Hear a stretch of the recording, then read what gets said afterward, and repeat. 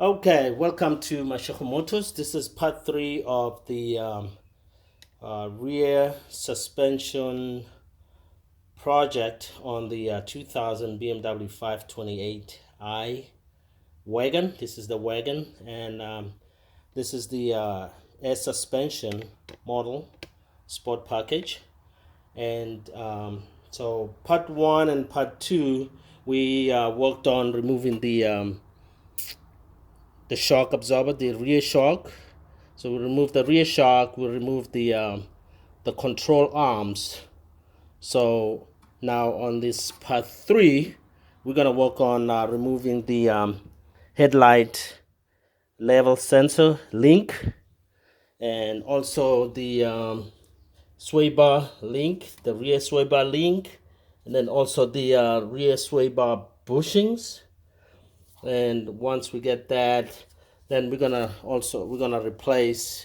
remove and replace the integral link, uh, and also the bushing or the ball joint, okay, for the rear axle. So remember this part right here, you don't want to hit it with the hammer to get it out. um, so there's a special tool that you need that will make your life easy to get it out and put the new one in. You can also rent a tool, a bushing removal tool from one of your local stores. They should be able to rent it out for you, so you're able to remove that ball joint. So what I did, I looked for a kit or tool for myself. So I was able to find this installer kit or tool on eBay. Part number is SG-35-202. This is the tool that I'll be using to remove that ball joint, and it is specially for BMW, as you can see. E38, E39, E52, 53, E60s, and the E70s. So um, I used it on the passenger side, and it made my life easy. I mean, that's the best investment ever if you need it. So my this is how the tool look like on the inside. So you got different cups that you'll be using, and to remove and install, and it shows you. I mean, there's diagrams that shows you which cup to use and when. So it makes it easy to do the job. So we're gonna go ahead and um, remove the links, the bushing for the sway bar, and then go ahead and start working on removing the parts. So um, the link for the headlight, that's the 10. It's held by 10 millimeter nuts. So we're gonna use those to remove. Hey guys, remember to put you put your 10 millimeter socket right here. That holds the nut that's inside the link, and allows you to be able to release or remove the nut. Otherwise, if you're not gonna hold it, then the whole thing will just spin, and you won't be able to get the nut out. So you want to hold it until you're able to remove the nut. So once you get it out, then you can release your. Alright, so once you're done, guys, just put your nut back here because you're gonna need it.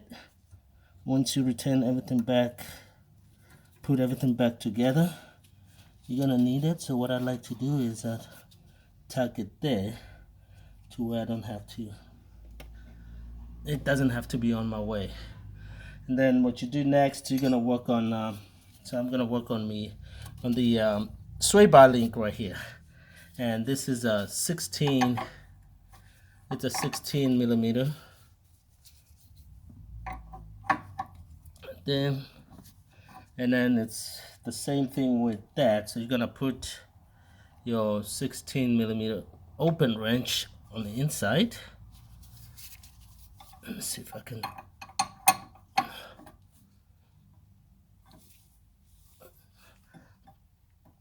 make it open. Here we go. Open. It's gonna start. You see how it starts spinning here? Then I can tuck in my my open wrench and then loosen it up.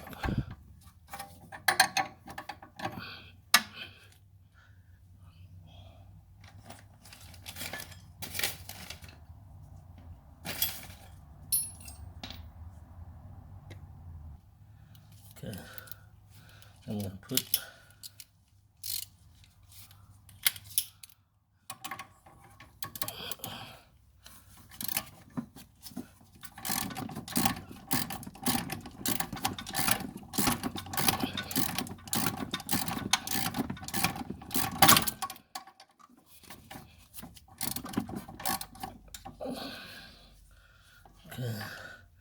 we just put this. Okay guys, once you get that nut removed on the top part of the sway bar links, just leave it like that, because you won't be able to access the bottom nut until you drop the axle. So there's a drive shaft that runs across, and it doesn't allow you to be able to access that bottom nut. So just leave it like that until you separate your axle, and then that's when you'll be able to access that bottom nut. So in the meantime, so I'm going to start working on the bushing, the sway bar bushing, and this is a 13mm nut and bolt, and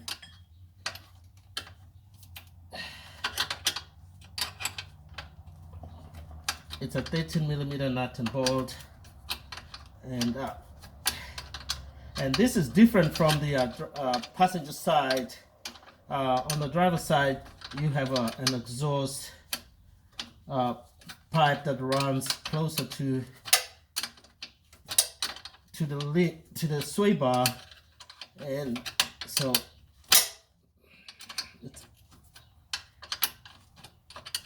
you just have to work carefully and get the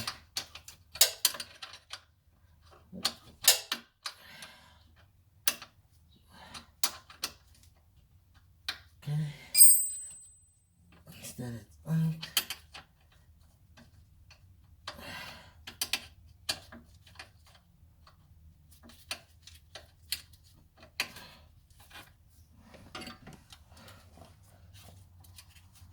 Get the nut out. Okay, that is out. Then you can use a screwdriver